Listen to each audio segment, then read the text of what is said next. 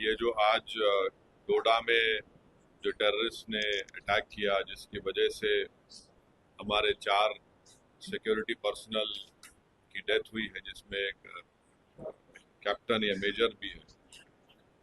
मैं ये बताना चाह रहा हूँ कि हम तो इसका कंडेम करते आए हैं, मगर मोदी सरकार की सबसे बड़ी नाकामी है। देखिए, ये जो डोडा में हुआ है, ये एलओसी से बहुत दूर है। ये इलाका एलओसी से बहुत दूर है, इसलिए बहुत तशवीशनाक बात है कि एलओसी से दूर इतना अंदर टेररिस्ट आकर हमसे, हमारी फौज से मुकाबला कर रहे हैं, और जिसकी वजह से 4 आर्मी पर्सनल की मौत हुई है, कैप्टन का भी उसमें जान चले गई। तो ये सरासर तशवीशनाक बात है, सीरियस बात है, और ये गवर्नमेंट की इनकेपेबिलिटी और इनकेपेसिटी बताती है, नरेंद्र मोदी गवर्नमेंट की। और दूसरा ये है कि अगर आप देखेंगे कि 2021 से 31 से ज्यादा टेररिस्ट अटैक सिर्फ जम्मू रीजन में हो रहे हैं। कभी जम्मू में पीक ऑफ मिलिटेंसी में भी इतने बड़े अटैक्स नहीं, और 20 साल से जम्मू पीसफुल है। तो ये रजौरी, पूंछ, कठुआ सेक्टर में तमाम चीजें हो रही हैं, और इसमें अब तक 48 के करीब सिक्योरिटी फोर्सेस हमारे मारे गए, 19 सिविलियन है, और 48 टेररिस्ट की डेथ हुई है। एक ये बता रहा है कि कोई इंफॉर्मेशन शेयरिंग का सिस्टम ही नहीं है। अगर ये गवर्नमेंट, इंडिया के जो एक्स एम्बेसडर पाकिस्तान के अजय बिसारा है, उनकी किताब पढ़ेंगे एंगर मैनेजमेंट, जिसमें उन्होंने लिखा कि अल-कायदा श्रीनगर में एक बहुत बड़ा टेररिस्ट अटैक करना चाह रही थी। इंफॉर्मेशन एक्सचेंज के बाद भारत सरकार अल-कायदा के उस बड़े अटैक को हम न्यूट्रलाइज कर सके, रोक सके। तीसरी बात यह कि लोकल से कोई कांटेक्ट नहीं है, स्पेशली नौजवानों से। चौथी बात यह है कि नरेंद्र मोदी बोल रहे कि 370 के बाद सब खत्म होगा। क्या खत्म हुआ 370 के बाद? और पांचवी बात यह है कि चाइना, ये सब तमाशे, चाइना का भी इसमें रोल है, और ये सरकार जो है चाइना के बारे में बोलने से डरती है, कतराती है, और बिलियंस ऑफ डॉलर्स का ट्रेड वन साइड चाइना से हो रहा है। तो हम इसका कंडेम करते हैं, मगर इसकी पूरी जिम्मेदारी नरेंद्र मोदी गवर्नमेंट पे आती है। और इलेक्शन, पार्लियामेंट इलेक्शन दौरान जो नरेंद्र मोदी बड़ा बड़ा बात कर रहे थे, बड़ी बात कर रहे थे, हम घर में घुस के मारे, क्या हो रहा है फिर ये? तो ये सरासर नाकामी है गवर्नमेंट की, टेररिज्म को कंट्रोल नहीं कर पा रहे। और डोडा में जो हुआ है, ये तो एलओसी से बहुत दूर है, तो इसलिए बहुत तशवीशनाक और डेंजरस बात है ये। देखिए, मैं all India Muslim personal law board का मेंबर भी हूँ, एग्जीक्यूटिव कमेटी का मेंबर भी हूँ। मैं all India Muslim personal law board का जो एग्जीक्यूटिव कमेटी मीटिंग के बाद जो आप तमाम मीडिया को बताया गया, उसी को रिटीरेट कर देता हूँ कि मुस्लिम पर्सनल लॉ बोर्ड ने उस जजमेंट को शरीयत एप्लीकेशन एक्ट के खिलाफ करार दिया, फ्रीडम ऑफ रिलीजन के खिलाफ करार दिया गया। और तीसरा, मुस्लिम पर्सनल लॉ बोर्ड ने यह फैसला लिया है कि हम कैसे लीगल एवेन्यूज को एक्सप्लोर करेंगे इस जजमेंट के खिलाफ।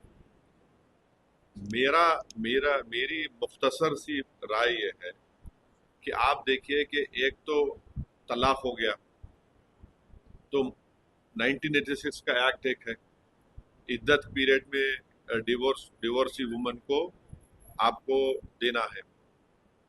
फिर एक एक्ट ये हो गया, दूसरा 125 सीआरपीसी हो गया, तीसरा ट्रिपल तलाक का कानून हो गया, चौथा डोमेस्टिक वायलेंस हो गया। 4 एक्ट है। अब आप बताइए कि ये क्या हो रहा है फिर? तलाक सबसे बुरी चीज है इस्लाम में, अल्लाह की नजर में। और डिवोर्स अगर जब हो जाता है तो उसका इद्दत का पीरियड होता है, उसके बाद कोई ताल्लुक रहता ही नहीं हस्बैंड एंड वाइफ का। तो आप ये जो 86 का एक्ट, 125 सीआरपीसी, ट्रिपल तलाक का जो गलत कानून जो महिलाओं के खिलाफ मोदी सरकार ने बनाया, और चौथा डोमेस्टिक वायलेंस, तो ये चीजें हैं। अगर सर इंडिपेंडेंट नहीं है, अपने पैरों पे खड़ी नहीं है, तो नहीं, आप 86 का एक्ट पढ़िए, 86 के एक्ट में आपको लिखा हुआ है कि मेंटेनेंस इतना दिया जा सकता है कि उनको, पहले तो आपको इस्लाम समझने की जरूरत है। जो पैसे वाइफ को शादी के वक्त दिए जाते हैं, मेहर बोलते हैं, उसको रिटर्न किया जाता है डिवोर्सी को।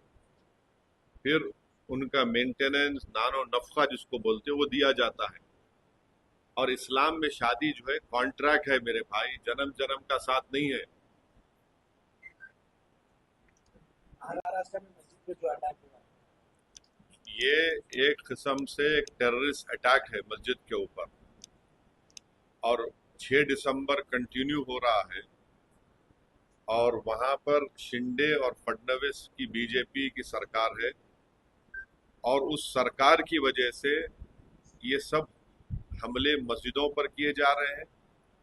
मस्जिद के अंदर घुसकर कुरान शरीफ की बेहुरमती की गई, मस्जिद के अंदर डिसिक्रेशन किया गया, मस्जिद के अंदर जलाया गए जानी माजों को। जो वहां पर मुसलमानों के घर थे, घरों में घुसकर उनके जेवरात और पैसों को लूटा गया, और अब पुलिस तमाशाई बनी नहीं बैठी है। तो ये पूरा इनकरेजमेंट दिया जा रहा है एक किस्म से, इनडायरेक्टली या डायरेक्टली बोलिए, वहां की बीजेपी और शिंदे सरकार की तरफ से। इसीलिए इन तमाम लोगों की हिम्मतें बुलंद हो रही हैं। आप बताइए कि हम विश्व गुरु बनना चाह रहे हैं और मस्जिद के ऊपर खड़े होकर आप डेमोलिश करने की कोशिश कर रहे हैं। हम विश्व गुरु बनना चाह रहे, थर्ड इकोनॉमी बनना चाह रहे, और मस्जिद के अंदर घुस के आप कुरान शरीफ को जला रहे हैं। कौन सा विश्व गुरु, कौन सी ये बातें कर रहे हैं? डेलिब्रेट टारगेटिंग है मुसलमानों के और रिलीजियस प्लेस की। इसको इस बात को साबित करता है। केस बुक करे, कितनों को अरेस्ट करे आप? हर वक्त यहाँ पर पिछले 8 महीने से उठा के देख लो, महाराष्ट्र में मस्जिदों को टारगेट किया जा रहा है और वहां की सरकार कुछ नहीं कर रही है, खामोश तमाशे बने बैठी हुई। तो इसीलिए मैंने कल ये बात कही है कि अब आने वाले विधानसभा के चुनाव में महाराष्ट्र के मुसलमानों को, एमआईएम पार्टी कैंडिडेट्स को आप कामयाब करिए। कोई तो आवाज उठाए ना। वो जो पार्टीज बोल रहे थे मॉरल विक्ट्री, अब तो मुंह से निकल रहा भी नहीं इस हमले के बारे में उनके मुंह से। महाराष्ट्र में सरकार की तरफ से जो खरीदने स्कीम था, उसको लेकर किस तरह के आप तो ये रेवड़ी नहीं है, ये कम्युनलिज्म नहीं है। क्या नहीं, सुनिए आप, ये तो महाराष्ट्र की सरकार भी कर रही है, दिल्ली की सरकार भी सब कर रही है। ये क्या है फिर ये? और आप उसमें क्या कर रहे हैं? एक दरगाह, एक मस्जिद, अरे ये क्या है भाई? ये आप वन साइडेड फैसले ले रहे हैं। आप तो संविधान पे ओथ लिए ना, तो आपको सबको बराबर ट्रीट करना है। आप एक रिलीजन के कैसा हो सकते वहां की सरकार? मेजॉरिटी पॉपुलेशन के हिसाब से? मेजॉरिटी पॉपुलेशन के हिसाब से नहीं है। सवाल ये है कि मेजॉरिटी माइनॉरिटी की आप जब बात करते वहां आपको सूट करता, फिर जब माइनॉरिटी के प्रोटेक्शन की बात आ रही मस्जिद की, तो आप मस्जिद का प्रोटेक्शन क्यों नहीं कर रहे? अगर वो मस्जिद पे हमला नहीं होता, किसी और की प्लेस, रिलीजियस प्लेस पे हमला होता, तो अब तक आप लोग क्या करते? आपके हर टीवी चैनल पर आप लोग शुरू करते, रेडिकलिज्म हो रहा है, अपीसमेंट हो रहा है, हम इसको दबा देंगे। अब तक कितने बिल्डर्सों ने घर तोड़ दिए जाते अब तक। अब ये संभल में मेरे को मालूम हुआ कि ताजिया जो निकालते थे उसका हाइट कम कर दिए। क्यों कर रहे हैं भाई ये चीजें? आप, संभल की रिपोर्ट है, उत्तर में संभल है, वहां से मेरे को मालूम हुआ। Sir, Jammu Kashmir, the incident happened in Jammu Kashmir, and that J&K DGP RS went serious. Pakistan successfully integrated all important aspects of civil society thanks to so-called mainstream or regional politics in the valley. There is ample evidence to show that many had honed the art of running with the hare and hunting with the horn. What the नहीं, सुनिए, what the hell is that Mr. DGP doing over there? He should be ashamed of his this nonsensical statement which is issued. You have imposed UAP on the Kashmir Bar Council chairman. Today's attack in Doda, which is very far from LOC, how is it that they have entered so much into Doda? Who's responsible for this? He's trying to cover up his incapacity, his mistakes, his failure. Simple as that. But blaming This is very dangerous. We have recently held Lok Sabha elections, and the polling percentage was very high. Everyone praised it, and now the DGP is saying something else. Are you trying to say that all these Lok Sabha elections are rigged? What is he trying to say? Since 20 years, Jammu has been free, but now since 2021, more than nearly 50 security personnel have been killed. 19 civilians have been killed. Recently, 10 pilgrims who went to a temple, they were assassinated by these terrorists. Where is your information network? Why are the locals not helping you? Why are you not taking the youth into confidence? Why is this government not talking about China? Why is this government not talking about sharing information? Mr. Ajay Bisara, in his book Anger Management, had said that information was exchanged. Based on that information, we were able to thwart Al-Qaeda terrorist act in Kashmir. And where is this, loud talk of Narendra Modi? We have removed 370, everything is gone. No, it is not gone. This is the failure of Narendra Modi's government. And Mr. DGP should not become a spokesperson for the ruling party. If he intends, he should join BJP. What is your demand on Kolhapur incident, sir? People were seen on the mosque doing what? Why don't you ask? They were on the mosque trying to damage the masjid, trying to break the domes of the masjid. Those images reminded one of 6 December 1992. Inside the masjid, they went and they have burned the Quran Sharif. They have burned the Jani Mas. They have desecrated a religious place. Adjacent Muslim houses were looted.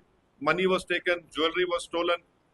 What is the police doing? What is this government doing? The Shinde Fadnavis government should take the responsibility because of their approach.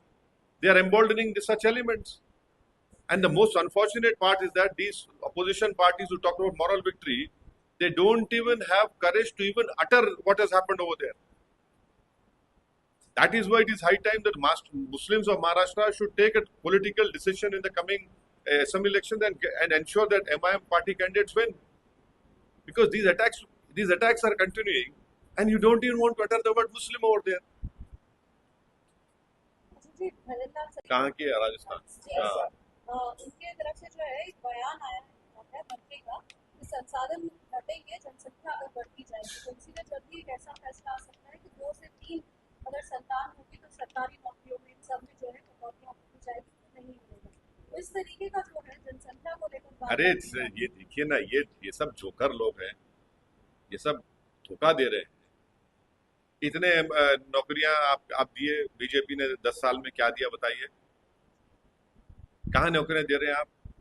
नौकरियां नहीं दे रहे हैं आप तो बड़ा बोल रहे हैं कि हमारी फिफ्थ लार्जेस्ट इकोनॉमी, जीडीपी हमारा, इतना नौकरी क्यों नहीं आ रही? पे इनकम ही नहीं हो रहा है. आपके मीडिया के लोगों की नौकरी जा रही है हर जगह पे. मेरे को रोज रिपोर्ट आ रही है नौकरी से, इससे क्या कर रहे हैं. रिसोर्सेस कंट्री में है. आप अपने फेलियर्स को छुपा के ये सब बातें कर रहे हैं. और खुद आप सुप्रीम कोर्ट में डाल चुके हैं कि 2 चाइल्ड नॉर्म के खिलाफ है मोदी सरकार. ये सब अपनी नाकामियों को छुपाने का एक बहुत बड़ा ड्रामा बीजेपी कर रही है. सर, जो तेलंगाना की बात करते हुए कहा कि 50 करोड़ मतलब की बात की है, 50 करोड़ से ज्यादा रकम एमएलए को दिया जा रहा है. उनकी जो सिद्धरामैया जी बीजेपी को अक्यूज कर रहे हैं कि कांग्रेस एमएलए को परचेस कर रहे हैं, यहाँ पे उससे ज्यादा दिया जा रहा है. उनके टाइम से भी बात करते हुए कहा. और ये भी बोले कि यहाँ पे आ रहा टैक्स टैक्स और बहुत सारा इनकम भी ये लोग कर रहे हैं. देखिए, मेरे को तो इसका कोई इन्फॉर्मेशन नहीं है. अगर उनके पास है तो नहीं मालूम क्या इन्फॉर्मेशन है. मगर मेरे को अफसोस इस बात का हो रहा है कि मैं थोड़ा डेलिबरेटली थोड़ा दूर जा रहा हूँ. मैं 2009-10 में 8-9 में हमारी पार्टी ने प्रणब मुखर्जी कमेटी को लिखकर दिया था कि तेलंगाना में नाइंसाफी जरूर हो रही है, तेलंगाना अंडर डेवलप्ड है, मगर हमने इस बात को कहा था कि अगर आप स्टेट बनाएंगे तो यहाँ पर बीजेपी मजबूत होगी। अब तेलंगाना बन गया, तेलंगाना डेवलप भी हुआ, तेलंगाना में अभी भी कमजोरियां हैं, मगर सवाल ये पैदा होता है कि क्या टीआरएस बीजेपी से मर्ज होगी या टीआरएस बीजेपी से अलायंस करेगी। ये इंडियन एक्सप्रेस में और डेक्कन क्रॉनिकल अखबार में रिपोर्ट हुआ है, मेरे को नहीं मालूम ये होगा नहीं होगा, मगर ये अखबारात में रिपोर्ट हुआ है। मगर सर इस पे हरीश नहीं, अब आपके सवाल का मैं आपको बोल रहा हूं, थोड़ा मैं वो कर रहा हूं। इंडियन एक्सप्रेस में और डेक्कन क्रॉनिकल ने रिपोर्ट किया कि टीआरएस पार्टी बीजेपी में मर्ज हो जाएगी या टीआरएस पार्टी बीजेपी से अलायंस करेगी। अब इस पर आप पूछिए उनसे। हरीश राव जी इस पे किए तो मना किया सर, मगर आप नहीं, देखिए आप इनसे पूछिए ना। भाजपा तो यही सवाल कर रही है कि हमारा क्या फायदा होगा एक सांसद। अरे मेरे को क्या मालूम है, अगर आपको अगर ऐसा डाउट हो रहा है तो क्या वजह? नहीं, देखिए मैं जो अखबार में पढ़ा और दोनों रेस्पॉन्सिबल न्यूज़पेपर्स है उसमें बात रिपोर्ट हुई है ना, इसमें रिपोर्ट हुई सो बात है ये। और उसमें तो हमारे एक्स एमपी विनोद साहब का स्टेटमेंट है, everything on the table, express में बोले एनीथिंग कैन हैपन। मैं नहीं बोल रहा हूँ ये, तो मैं जो बात 2008-9 में हम कह रहे थे वो क्या हो रहा है आज वो ठीक है। आप मेरे को उस वक्त भी मेरे को आप क्रिटिसाइज करे, अभी भी करते, कल भी करेंगे, मगर सच कौन साबित हो रहा है इसमें? सर आप भी साथ वही तो बोला मैं। एक मिनट सुन, रुक जाओ, मैं समझ गया। मैं आपको बोल नहीं रहा था कि आसाम में जितने नॉन मुस्लिम्स है उनको CAA से सिटीजनशिप दी जाएंगी, और जो 1.5 से 2 लाख जो मुसलमानों का नाम आया आसाम में उनको फॉरेनर्स ट्रिब्यूनल में केस लड़ना पड़ेगा। मेरी बात मैं बोल रहा था आप लोगों के होने वाला है, अब बोलो तुम सच है बोल के। मैं बोल रहा था आप लोग विटनेस है, हमेशा बोल रहा था कि आसाम का CM यही करने वाला है। जितने 20 लाख हमारे हिंदू भाई बहन का नाम वहां नहीं आया उनको बोल रहे कि फॉरेनर्स ट्रिब्यूनल में रेफर मत करो, CAA सिटीजनशिप दे दो उनको। जो मुसलमान का नाम नहीं आया उसमें क्या करेंगे फिर? नहीं, आसाम के मुख्यमंत्री का रीसेंट स्टेटमेंट ये है कि जो नॉन मुस्लिम्स का नाम उनके NRC में नहीं आया, जो सुप्रीम कोर्ट मॉनिटर्ड था, उसको फॉरेनर्स ट्रिब्यूनल में रेफर मत करिए, CAA कानून के तहत सिटीजनशिप दे दीजिए। ये उन्होंने कहा ना, ये कहा ना आसाम के CM ने। फिर जो मुस्लिम है उन्होंने क्या करना, जो मुस्लिम है उन्होंने क्या करना बताओ? तो ये खुद उनकी नफरत की निशानी है। ये एक्ट, ये काला कानून है CAA का कानून जो मोदी सरकार ने बनाया, ये राइट टू इक्वालिटी के खिलाफ है, ये डिस्क्रिमिनेट करता है रिलीजन को। और इसको कल अगर देश में CAA NPR NRC होगा तो ये सब चीजें तैयारी की जा रही है। आसाम की मिसाल ले लो आप। ये भी वो कह रहे हैं कि जब पड़ोसी मुल्क है वो अगर मुस्लिम डोमिनेट या मुस्लिम तो सवाल देखिए, क्या CAA के कानून से पहले जो हिंदू सिख अफगानिस्तान में बांग्लादेश में थे उनको यहाँ पर नहीं मिल रहा था क्या? सिटीजनशिप नहीं मिल रही थी, लॉन्ग टर्म वीजा मिल रहा था। मगर आप रिलीजन की बुनियाद पर एक कानून बनाकर कॉन्स्टिट्यूशन के बेसिक स्ट्रक्चर के खिलाफ आपने कानून बनाया, ये सबसे बड़ी गलत बात आपने की। और हेमंत बिस्व शर्मा ने ये बता दिया कि जो नॉन मुस्लिम है उनको सिटीजनशिप मिलेगी, जो मुसलमानों का नाम सुप्रीम कोर्ट मॉनिटर्ड NRC में आया उनको फॉरेनर्स ट्रिब्यूनल जाकर लड़ना पड़ेगा। ये खुद डिस्क्रिमिनेशन है।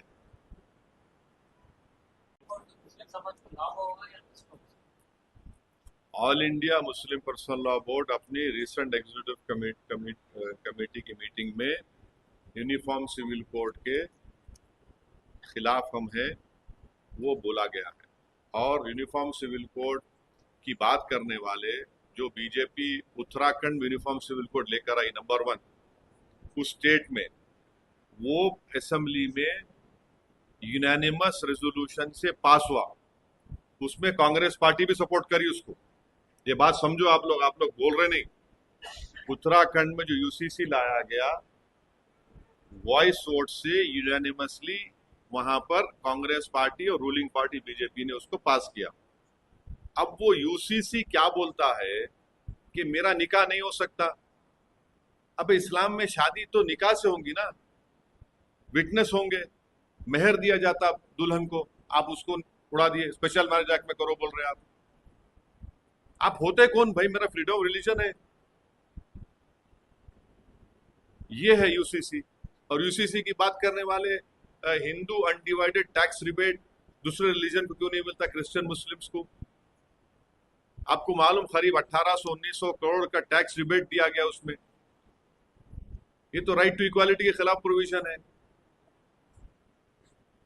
और उस हमारे मुस्लिम पर्सनल लॉ बोर्ड की मीटिंग में ये भी तय किया गया कि जितने चीफ मिनिस्टर्स हैं नॉन बीजेपी के, उनसे जाकर भी मुलाकात करेंगे और इस सिलसिले में, और पॉलिटिकल अपोजिशन लीडर से भी मिलेंगे नॉन बीजेपी के, उनको जाकर हम रिप्रेजेंटेशन देंगे।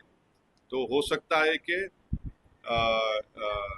जितने चीफ मिनिस्टर्स हैं हमारे तेलंगाना के हो, आंध्रा के हो, और जो नॉन बीजेपी अपोजिशन लीडर्स हैं, चाहे वो YSRCP के हो या AIADMK के हो, और दूसरे, उनसे मुलाकात करके उनको हम बोलेंगे ये बात के बारे में। Savera township India private limited अब आपके लिए लाए हैं एक और बेहतरीन project, spring town phase 3 Shamshabad Sultanpalli में, जो है बिल्कुल आबादी से लगा हुआ, तमाम सहूलतों के साथ, near by famous resorts and villas, सिर्फ 5,500 पर स्क्वायर यार्ड और 9,000 पर स्क्वायर यार्ड में। Clear title, spot registration, petrol pump, market, shopping mall, standard school, Vardhaman engineering college के करीब, commercial and residential plots. Savera township India private limited, low investment, high returns. Office address, pillar number 45, Mehdipatnam, Rethi Bowli, PNT colony, Hyderabad. Contact 91।